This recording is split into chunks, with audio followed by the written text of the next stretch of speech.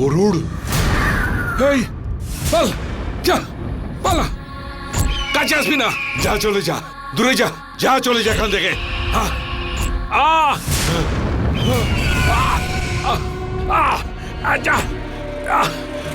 সরে যা, ওরে বাবারে।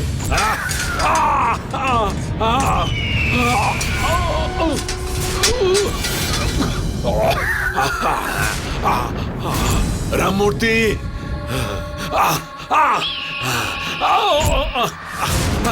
সরে যা, বাঁচাও আমাকে, পালা। গুরুদেব,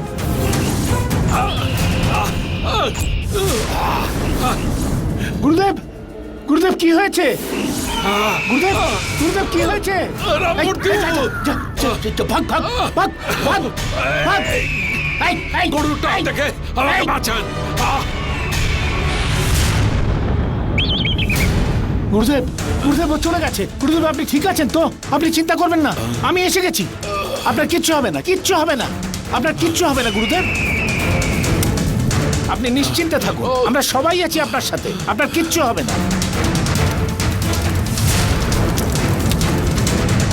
আরে বাইরে এসে দেখুন, সব জায়গায় আগুন লেগে গেছে। আগুন, আগুন, রান্নাঘরে আগুন লেগেছে। আগে গিয়ে আগুনটা নেভাও। সত্য, গিয়ে দমকলে ফোন করো। ঠিক আছে গুরুদেব, আপনি নিশ্চিন্তে থাকুন, আপনার কিচ্ছু হবে না।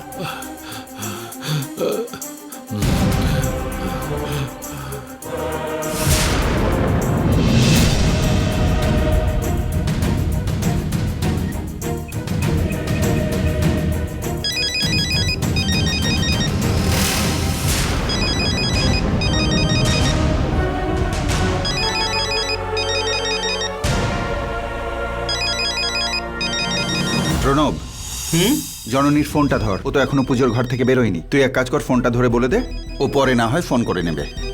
ড্যাড, ওর ফ্রেন্ড মনে হয় কল করছে ওকে। আমার রিসিভ করাটা ঠিক হবে না। ও পুজো শেষ করে কল ব্যাক করলেই ভালো হয়।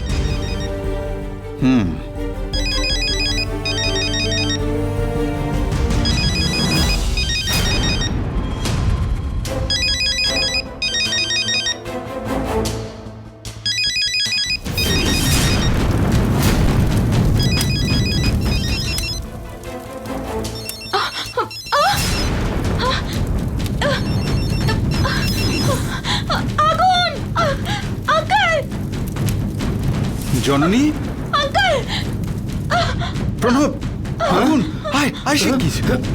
আঙ্কেল আগুন!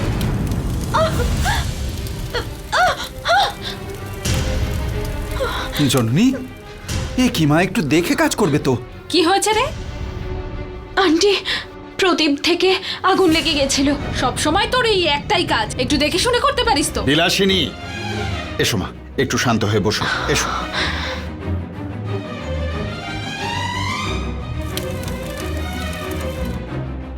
বসো মা, বসো, আরাম করে বসো, রিল্যাক্স।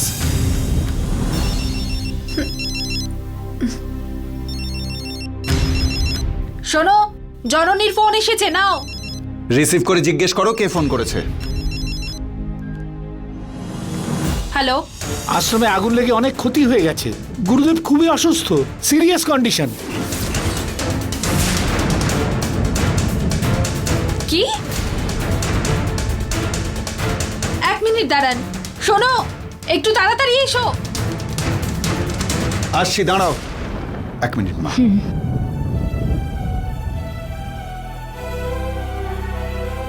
কে ফোন করেছে গো? আশ্রম থেকে ফোন করেছে, কি বলতে চাইছে একটু দেখো তো। হ্যালো, আশ্রম থেকে রামমূর্তি কথা বলছি স্যার।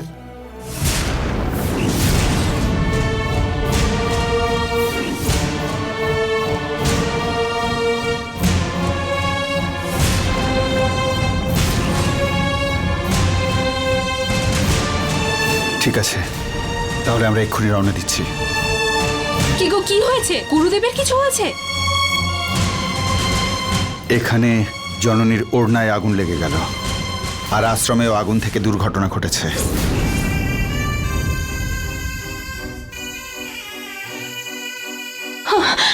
আগুন? আঙ্কেল, আঙ্কেল, কি হয়েছে গুরুদেবের? উনি কেমন আছেন এখন? চিন্তা করো না মা, আগুন লেগেছে ঠিকই, কিন্তু ডক্টর ট্রিটমেন্ট করছেন, তবে ওনার অবস্থা একটু সিরিয়াস। আঙ্কেল, আমায় এক্ষুনি ওখানে যেতে হবে, আমি ওনাকে দেখতে চাই। এই সময় দিদিও নেই, না থাকলে ওকে নিয়ে চলে যেতাম আমি। জননী, তুমি আগে গিয়ে রেডি হও, দেবসেনাকে আমি কল করে নিচ্ছি। ঠিক আছে। হ্যাঁ, এই জন্যেই আমি বলছিলাম, ফোনটা রয়েছে কিন্তু ওর কোনো দেখা নেই। তোমার কি এগুলো চোখে পড়ে না? আমার কথা তো শুনতেই চাও না তুমি। বিলাসিনী প্লিজ তোমার রামায়ণ শুরু করো না। প্রণব, হ্যাঁ তুই দেবসেনাকে ফোন কর, হ্যাঁ। ফোন না ধরলে মেসেজ কর, ঠিক আছে। বল আশ্রমে ডাইরেক্ট চলে যেতে। ওকে ওকে ওকে। যা, তুই রেডি হয়ে হ্যাঁ নে। হ্যাঁ হ্যাঁ। তুমিও রেডি হয়ে নাও, যাবে তো? ওর গুরু মানে তো তোমারও গুরু, আমাকে এর মধ্যে টানছো কেন? তুমি গিয়ে দেখে এসো। সেটা তোমার ইচ্ছে।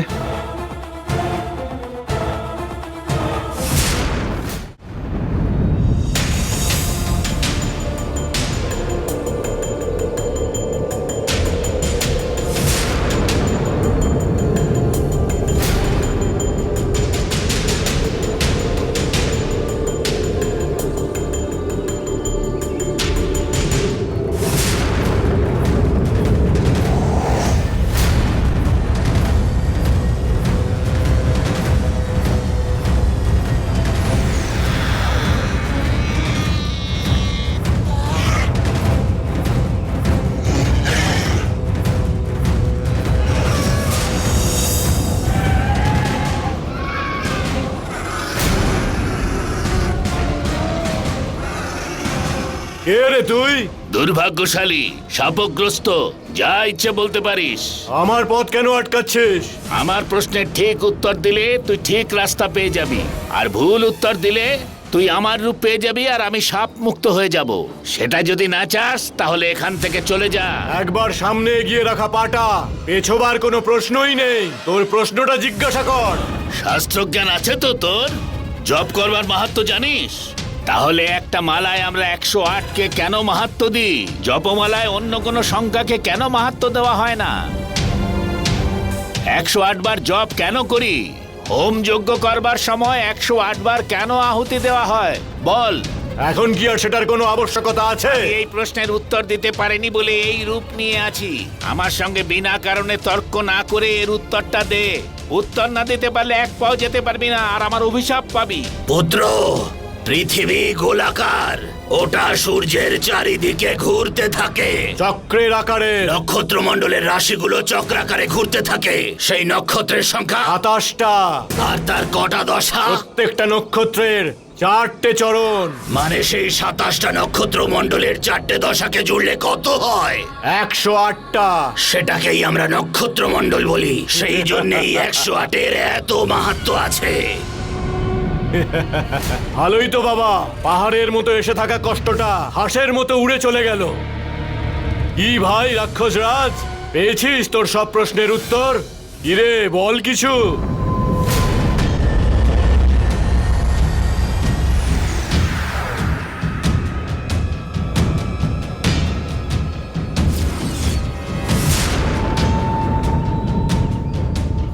ঠিক আছে পুত্র,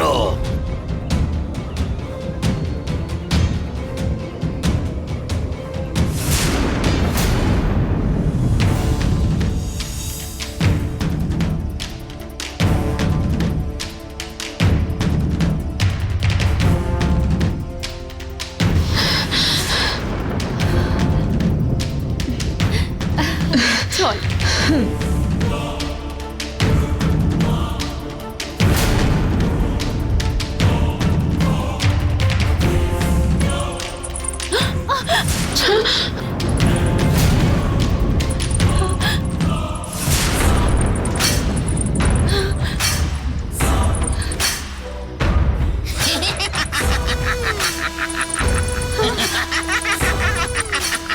শালিনী এটা বলতো, কি অদ্ভুত রকম দেখতে।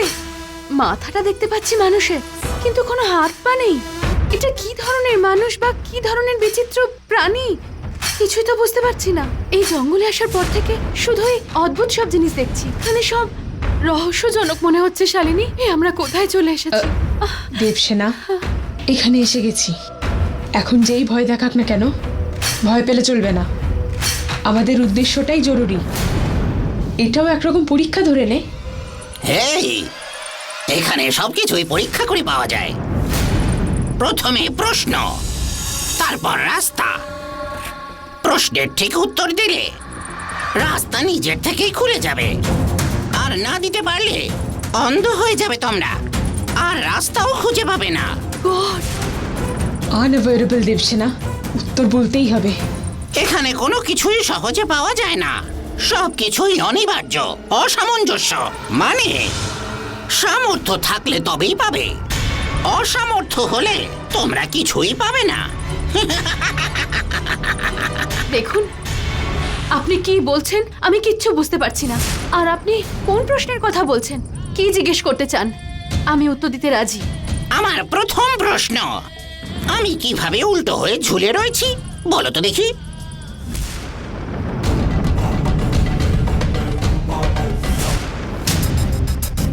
মানুষের হাজার রকমের লোভ, কিন্তু আপনি তার থেকে অনেক বেশি লোভী। সাধারণ মানুষের থেকে অনেক ধাপ এগিয়ে আছেন আপনি। আপনার মানুষের মতনও থাকার ইচ্ছে, আবার পাখির মতো আকাশে ওড়ারও ইচ্ছে। আর সেই জন্যেই আপনি না মানুষ হতে পেরেছেন আর না কোনো পাখি হতে পেরেছেন, আর তাই আপনি ত্রিশঙ্কু অবস্থায় আছেন। ঠাকুর আপনার সমস্ত আশাগুলো পূরণ করে গেছেন, আর আপনি তত বেশি করে চেয়েছেন। মানুষের গুণ আপনি চেয়েছিলেন, আপনাকে দিয়েছেন। তারপরেও আপনাকে কিন্তু খুশি করতে পারেনি। আপনি তারপরে পাখির মতন গুণ চাইলেন, সেটাও দিয়ে দিল। আর সেই জন্যেই আপনি না ঠিক করে মানুষ হতে পারলেন, না আপনি পাখি হতে পারলেন। তাই আপনার এই অবস্থা। অপ্রিয় হলেও সত্যি কথা, মেনে নিলাম সব ঠিক আছে। মনুষ্য রূপে আসার সৌভাগ্য হয়নি। তোমরা তো মানুষ, তাহলে কেন এখানে এসেছো? তোমাদের এখানে আসার উদ্দেশ্যটা কি? স্বার্থ নাকি সাধনা? মানুষরা তো স্বার্থপর বলেই আমি জানি। আমি স্বার্থপর নাকি স্বার্থপর নই আমি তা ঠিক জানি না, কিন্তু আমার এখানে আসার উদ্দেশ্যটা আপনাকে বলতে পারি। আমি এখানে আমার বোনের জন্ম রহস্য জানতে এসেছি। ওকে কোন দুষ্ট শক্তি এত বেশি করে যন্ত্রণা দিচ্ছে, ওর সমস্ত কষ্টগুলোকে পরিহার করতে আমার এখানে আসা। আমার বোন অর্ধ শিবনাগিনী, আর সেই সব রহস্যের উত্তরগুলো খুঁজতেই আমার এখানে আসা। এবার আমি স্বার্থপর নাকি স্বার্থপর নই, সেটা তাহলে আপনি সিদ্ধান্ত নিয়ে আমাকে জানান। তোমাদের দুজনকে দেখে তো সত্যি মেয়ে বলেই মনে হচ্ছে। তোমাদের ভরসা করলাম। এটা আমার তৃতীয় এবং শেষ প্রশ্ন। আমরা এখানে কতজন বাদুড় আছি গুনে বলো। ঠিক করে উত্তর দিতে পারলে রাস্তাও তোমরা পেয়ে যাবে। দেবসেনা, তুমি ঠিক করে গুনে বলো। হ্যাঁ ঠিক আছে, আমি গুনে বলছি।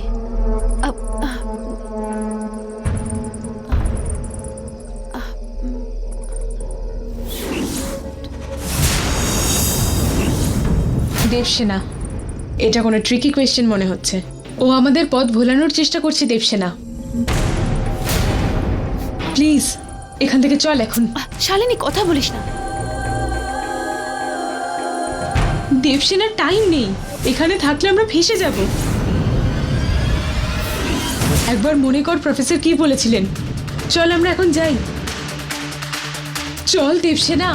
শালিনী প্লিজ, গুনতে দে, হিসেব গন্ডগোল হয়ে যাচ্ছে তো। না দেবসেনা, চল যাই।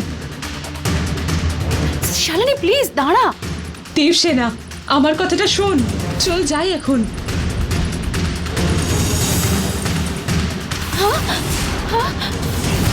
শালিনী, শালিনী, শালিনী।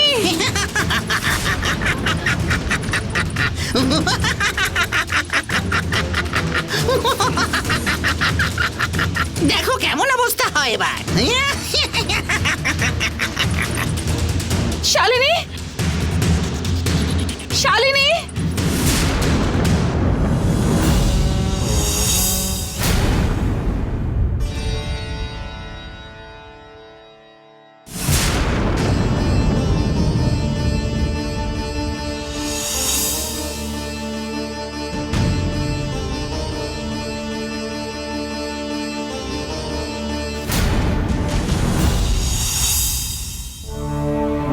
নমস্কার। ফোন পাওয়ার সঙ্গে সঙ্গেই চলে এসেছেন। দেখুন আমাদের গুরুদেবের কি অবস্থা হয়েছে। রামমূর্তি বাবু, গুরুদেব, জননী এসেছে। ফোন করেছি গুরুদেব, এক্ষুনি চলে আসবে। তাড়াতাড়ি আসতে বলো, আমি ওর সঙ্গে কথা বলতে চাই। এখন আপনি বেশি কথা বলবেন না গুরুদেব, ওরা এলো কিনা আমি দেখে আসছি।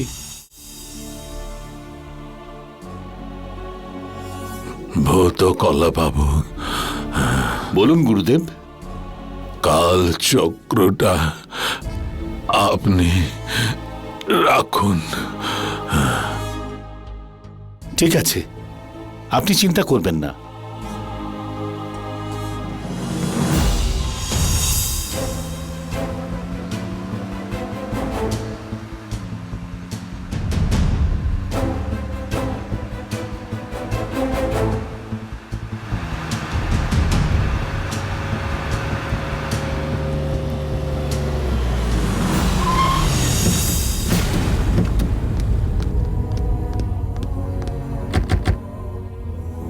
এসো জননী। এসো মা।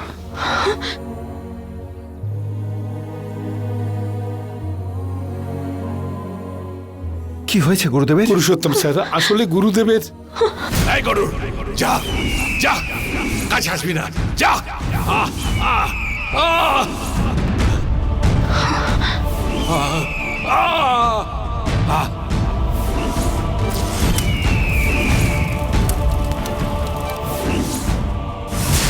কিন্তু হসপিটালে কেন নিয়ে গেলেন না? ডাক্তারবাবুকে আমরা এখানে ডেকে এনেছিলাম।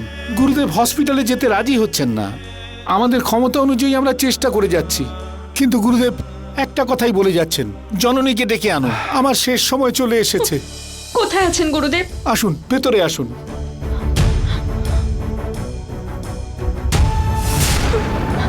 গুরুদেব, গুরুদেব,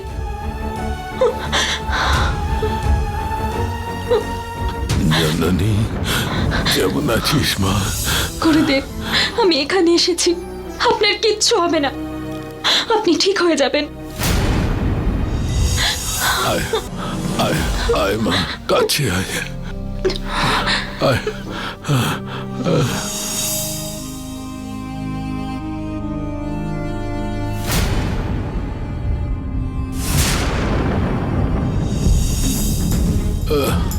পুরুষোত্তম বাবু, বলুন গুরুদেব। বসুন।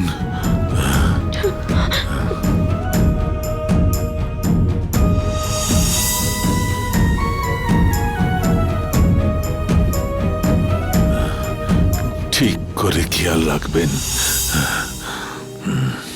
ঠিক আছে গুরুদেব। আয় মা। বলুন গুরুদেব।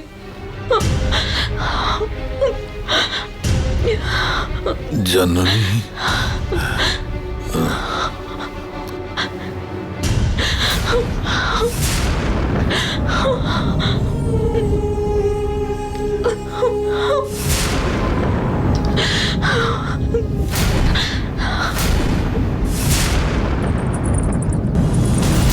শালিনী, শালিনী,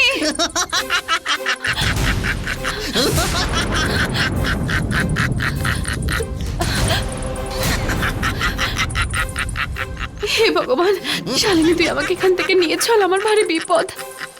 ও না আসলে যে আমার কি হবে?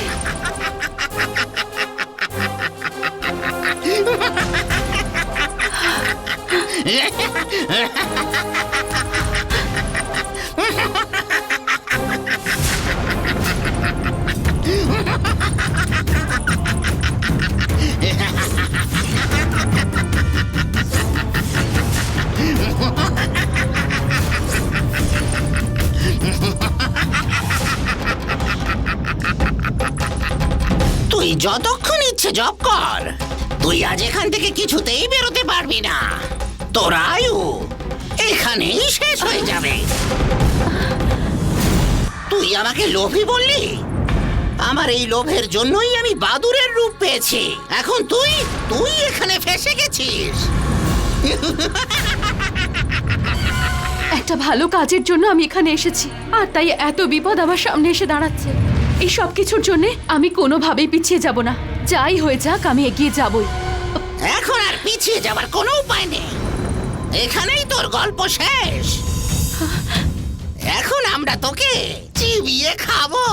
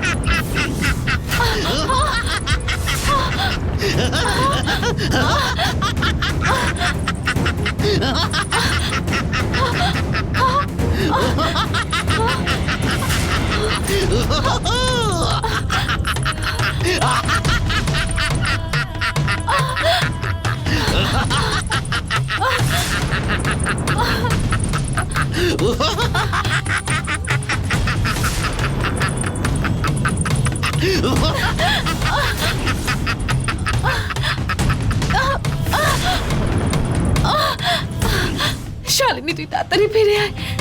শালিনী, শালিনী ফিরে আয়। শালিনী,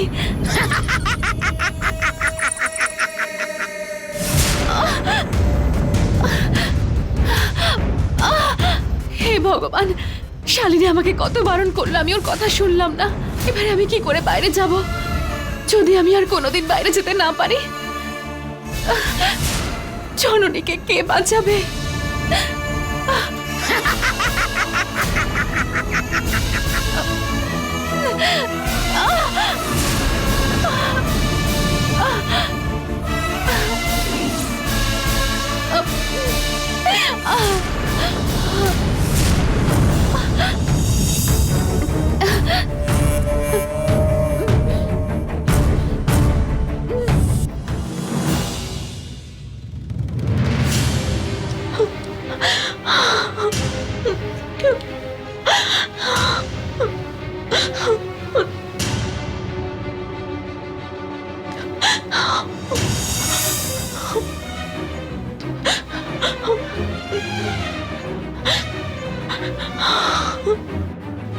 জননী, একটু চুপ করো মা। আঙ্কেল, আপনি তো জানেন উনি আমার মা বাবা সবকিছু ছিলেন। ওনার কিচ্ছু হবে না মা, তুমি দেখে নিও। উনি খুব তাড়াতাড়ি সুস্থ হয়ে আশ্রমে ফিরে আসবেন মা। সারা জীবন পূজা অর্চনা করা পুণ্যাত্মা উনি, ওনার কিচ্ছু হবে না। এগুলো ছোটখাটো পরীক্ষা। আমি কিছু বুঝতে পারছি না আঙ্কেল। একদিকে গুরুদেবের এরকম হয়েছে, আর একদিকে দিদি এখনো বাড়ি ফেরেনি। ও কখন ফিরবে কিছু জানিও না। এত দুর্ঘটনা আমার আর ভালো লাগছে না। তাই তো মা, আমি তো এদিকটা লক্ষ্য করিনি। সব সময় আঙ্কেল আমি এই কাজ করছি, আঙ্কেল আমি ওই কাজ করছি বলে বেড়ানো মেয়ে গেল কোথায়? হ্যাঁ, কোথায় আবার যাবে? এই না, ওর মোবাইল এখানেই ছিল। সেদিনও এই টেবিলের উপরেই রেখে গিয়েছিল। ডেফিনেটলি ও কারোর সাথে পালিয়ে গেছে। তুমি কি গো, কোন সময় কোন কথা বলতে হয় তোমার জ্ঞান নেই? ওর অবস্থাটা দেখো, কি মনে হচ্ছে তোমার? এই কান্নাকাটি করবে বলে ও যা সব করছে সেটা তো আর মুখ বুজে মেনে নেওয়া যায় না।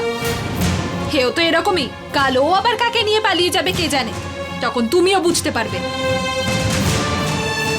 মম প্লিজ, তুমি একটু চুপ করবে? প্রণব, তুই গিয়ে ঘুমিয়ে পড়। তুই এদের সাথে মেলামেশা করতে থাকলে তুইও ওদের মতোই হয়ে যাবি।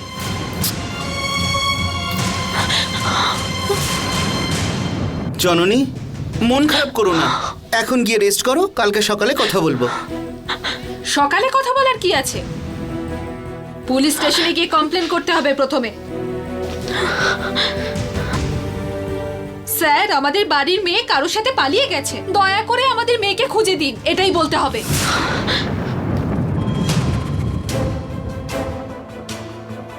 সেটা সকালের ব্যাপার, এখনের তো নয়। যাও ঘুমিয়ে পড়ো। সত্যি কথা এরকম তেতোই হয়। আমি কিছু বললেই তো সেটা তোমাদের ভুল বলে মনে হবে। যা ইচ্ছে তাই করো।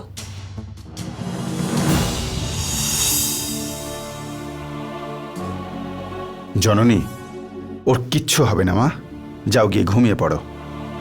কালকে ওর বন্ধুদের সাথে কথা বলে দেখব। ও তো এরকম কাজ করার মেয়ে নয়। ঘুমিয়ে পড়ো মা।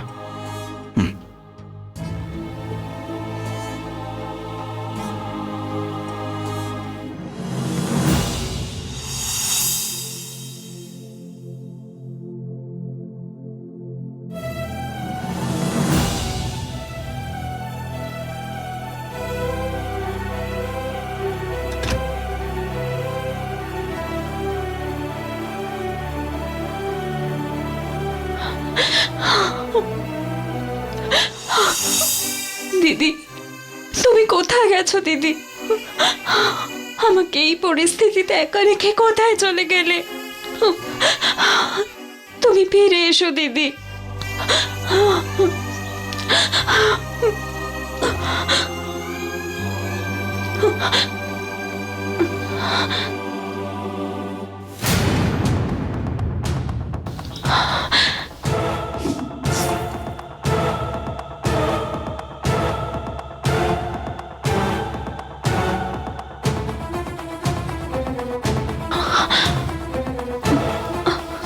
শেষবার শালিনীকেই ফোন করেছিল। ওকে ফোন করলেই জানা যাবে দিদি কোথায়।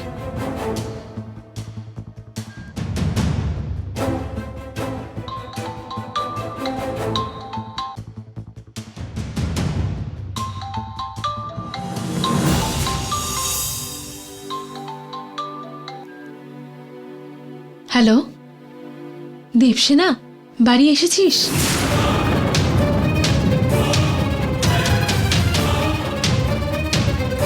আমার তো হাত পা কাজ করছিল না, খুব ভয় পেয়ে গেছিলাম।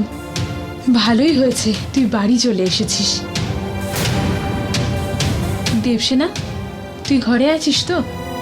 তোর আশেপাশে কেউ নেই তো? আমি দিদি না, আমি জননী কথা বলছি।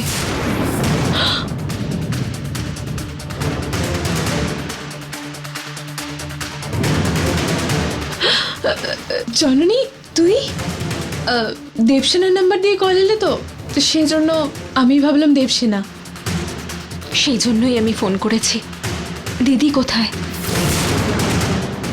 আমি কি করে জানবো জননী? তাহলে তখন যে আপনি বললেন দিদি বাড়ি এসেছে কিনা জিজ্ঞেস করলেন, তার মানে আপনারা দুজন একসাথে কোথাও গেছিলেন। দিদির ফোন বাড়িতেই ছিল। দিদি কখনো ফোন বাড়িতে ছেড়ে যায় না। কোথায় গেছিলেন বলুন আমায়। শালিনী দিদি বাড়িতে আসেনি বলে বাড়ির সবাই খুব চিন্তা করছে। দয়া করে দিদি কোথায় আছে বলুন।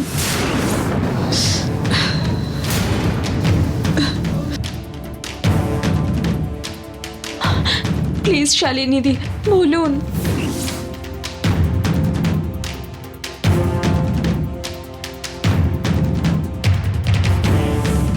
দেখ, এত সব ফোনে বলতে পারবো না। তুই বাড়ি চলে আয়, তোকে আমি সামনাসামনি সব বলছি। ঠিক আছে, আমি এক্ষুনি আসছি আপনার বাড়িতে। আচ্ছা আয়। হ্যাঁ।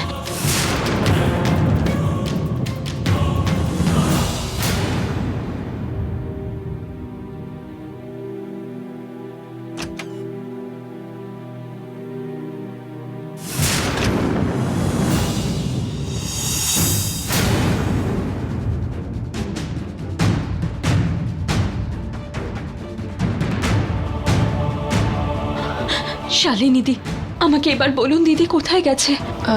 আসলে কোথায় একটা যাচ্ছি বলে গেল, কিন্তু ও এক্স্যাক্টলি কোথায় গেছে বলে যায়নি। ও যে বাড়িতে ছিল না আপনি জানলেন কি করে?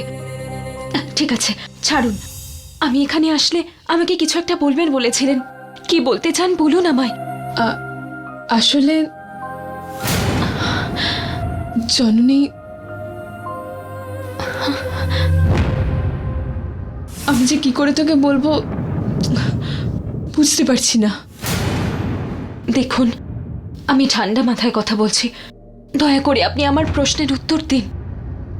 আর তা না হলে আপনারা যে তন্ত্রমন্ত্র করেন সেটা সবাই জানে। এই বিষয়টা আমি নিউজ চ্যানেলকে বলে সবাইকে বলে দেব আপনি আমার দিদির ক্ষতি করার চেষ্টা করেছেন। আর তারপরে আপনার কি হবে আপনি জানেন তো?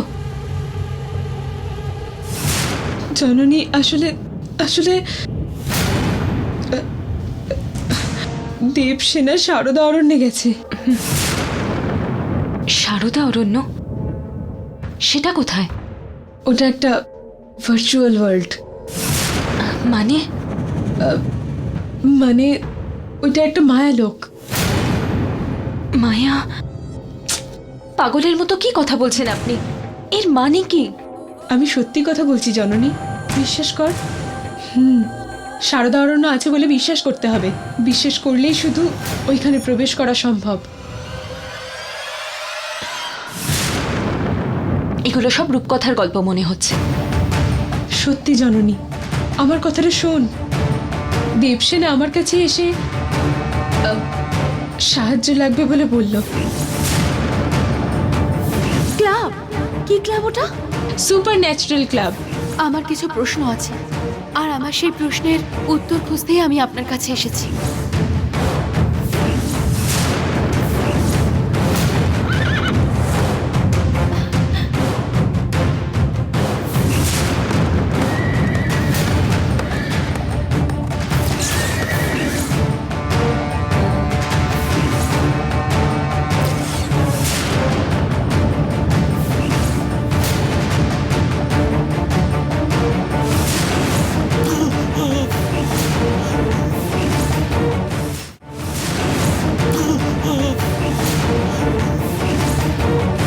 তোমার সমস্ত প্রশ্নের উত্তরগুলো সারদা অরণ্যে আছে।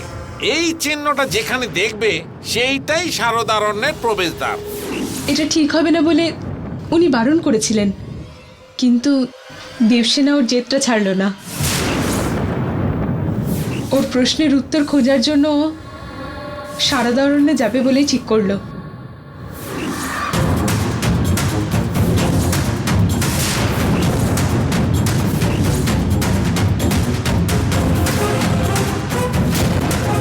আমরা এখানে কতজন বাদুর আছি গুনে বলো। এটা কোনো ট্রিকি কোয়েশ্চেন মনে হচ্ছে। ও আমাদের রাস্তা ভোলানোর চেষ্টা করছে।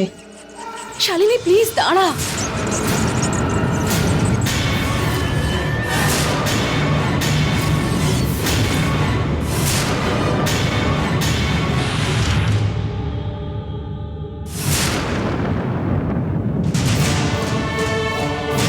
তাহলে এবার আমরা কি করবো শালিনীদি? আমিও তো সেটাই বুঝতে পারছি না। প্রফেসর কৃপালিনী স্যারও এখন নেই। উনি আসার পরে ওনার সাথে কথা বলে সবকিছু ডিসাইড করতে হবে। আর ততক্ষণে যদি দিদির কোনো ক্ষতি হয়ে যায়? আমি এক্ষুনি ওইখানে যেতে চাই। আমি কি করে যাব বলুন আমায়। জননী, তুই যতটা ভাবছিস ততটা সহজ নয়। আপনার কাছে কঠিন হয়ে থাকতে পারে, কিন্তু আমায় ওখানে যেতেই হবে। আপনি না আসলেও চলবে, কিন্তু আমায় যাওয়ার ব্যবস্থা করে দিন প্লিজ। ব্যস্ত হোস না জননী, আমার কথাটা শোন। অত সময় আর ধৈর্য কোনোটাই আমার নেই। এসব কথা না বলে আমায় পাঠানোর ব্যবস্থা করুন। ঠিক আছে, সারদা অরণ্যে যেতে হলে আগে আমাদের ওই গাছের কাছে যেতে হবে। ওইখানেই যাই। ঠিক আছে, চলুন।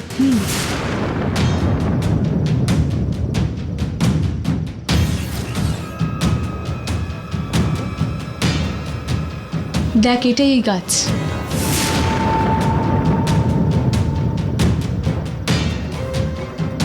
ওইখানে দেখতে পাচ্ছিস আমি যে মৌচাকটার কথা বলেছিলাম, ওই যে। তোকে ওখানে হাত দিতে হবে। তোকে খুব সাবধানে ভেতরে যেতে হবে, বুঝতে পেরেছিস? আমি যা বললাম মনে থাকে যেন। আমাকে ভয় দেখাচ্ছেন আপনি? ওইটার দরকার আমার নেই, সত্যি কথাই বলছি আমি।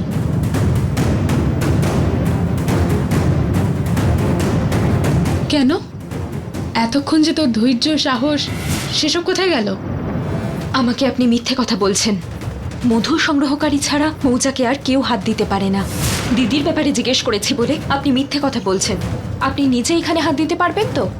আমার এই রাস্তার দরকার নেই। আমি বাড়ি থেকে সারদা অরণ্যে আসবো। আমি এখানে এসেছি তোর জন্য। তুই যদি দেবসেনাকে এখন দেখতে চাস তাহলে ওই মৌচাকটাতে হাত দে, না দিতে চাইলে তোর ইচ্ছে।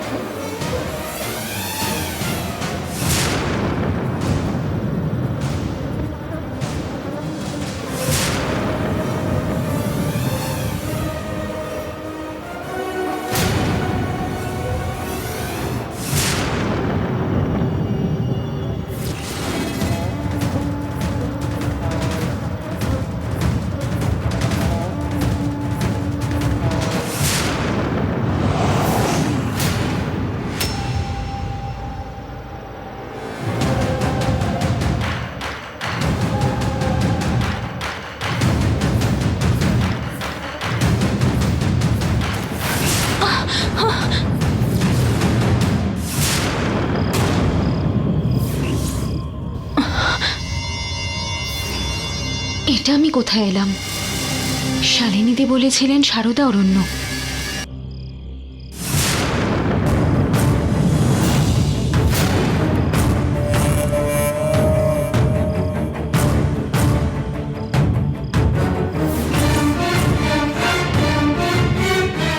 দিদি, দিদি,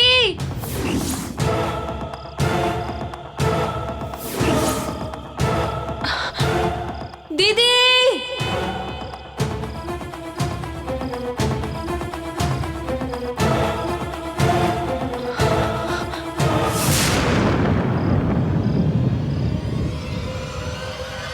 দিদি,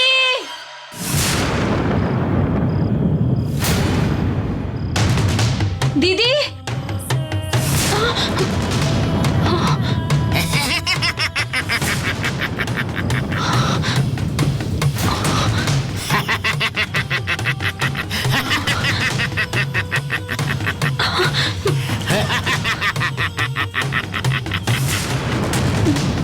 কাকে খুঁজতে এসেছো এখানে? খুঁজতে এসে ভয় পেতে নেই, পেছোতেও নেই। এখানে সব কিছুর জন্য প্রস্তুত থাকতে হয়। রাজা ভিখারি হতে পারে, আবার ভিখারি রাজাও হতে পারে।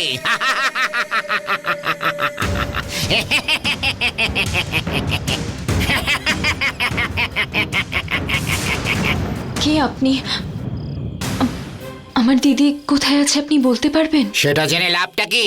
এ এক অদ্ভুত জায়গা। এখানে সবকিছু বিচিত্র। চিত্র বিচিত্র এই দেশে দুটো প্রাণী তো এলো দেখলাম। একটা তো এখানে আছে, আর একটা তো উড়ে চলে গেল।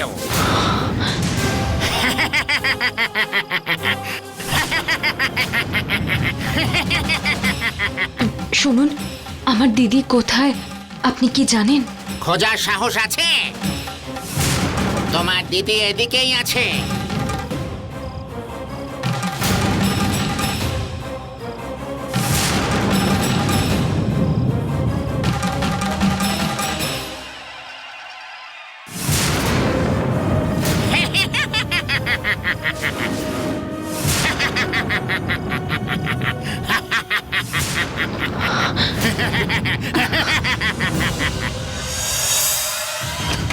জননী আয় মা খাবার খেতে, তোকে আমি এসে। আরে এ আবার কোথায় গেল? কোথায় গেছে জিজ্ঞেস করলে ওয়াশরুমে গিয়েছিলাম বলে মিথ্যে কথা বলবে। একবার চেক করে দেখি তো। জননী, জননী, জননী।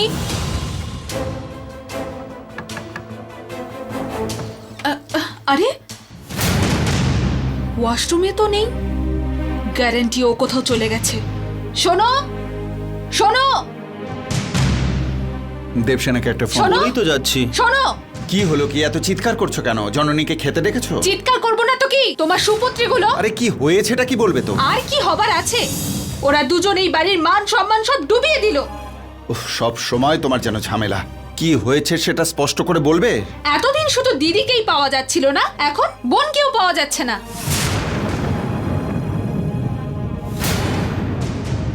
দুজন একজনের সাথেই পালিয়ে গেছে নাকি অন্য অন্য ছেলেদের সাথে পালিয়ে গেছে কে জানে। তোমার কি কোনো কাণ্ডজ্ঞান নেই? যা মুখে আসছে সেটাই বলে দিচ্ছ তুমি? তাছাড়া আর কি? ওকে দেখলে তো মোবাইল এখানে রেখেই কোথায় চলে গেল। এই সময় ওর কি কাজ থাকবে গো? ওই যে বলে না, একটা পচা আলু সব আলুগুলোকে পচিয়ে দেয়, ওটাই হয়েছে। ওর সাথে এখন ওর বোনকেও ফাঁসিয়েছে মনে হচ্ছে। ওদের কি সেই রকম মেয়ে ভাবছো? এত বছর আমাদের সাথে আছে, এতদিনেও চিনতে পারোনি তুমি? জানি, ছাড়ো। সবার কাছে ভালো সাজার জন্য সবার সামনে ঘন্টার পর ঘন্টা হাত জোর করে বসে থাকলেই সেটাকেই তুমি সংস্কার বলে মনে করো? আজ নয়তো কাল ঠিকই বুঝতে পারবে তুমি কতদিন আর শাক দিয়ে মাছ লুকিয়ে রাখা যায়। হ্যাঁ মম, দেবসেনা আর জননী ওরকম নয় মম। প্রণব, তুই চুপ কর, তুই কথা বলিস না। তুই যেমনটা ভাবছিস ওরা অতটাও ভালো নয়। সব হয়েছে তোর এই বাবার জন্য। বাবা মা নেই, ওরা অনাথ, ওরা দাদার নাতনি, এই বলে আদর করে বড় করার জন্য আজ আমাদের এই অবস্থা করে ছেড়েছে। দেখো বিলাসিনী, ওরা ওরকম মেয়ে নয়। হয়তো কোনো কাজ এসে গেছে, কোনো এমার্জেন্সি ছিল ওদের। যতই এমার্জেন্সি থাকুক একবার বলে যেতে পারে না? ও, ভুলেই তো গিয়েছিলাম, ফোনটাও তো এখানেই রেখে গেছে। কি আর বলবো এদের, such a irresponsible idiots।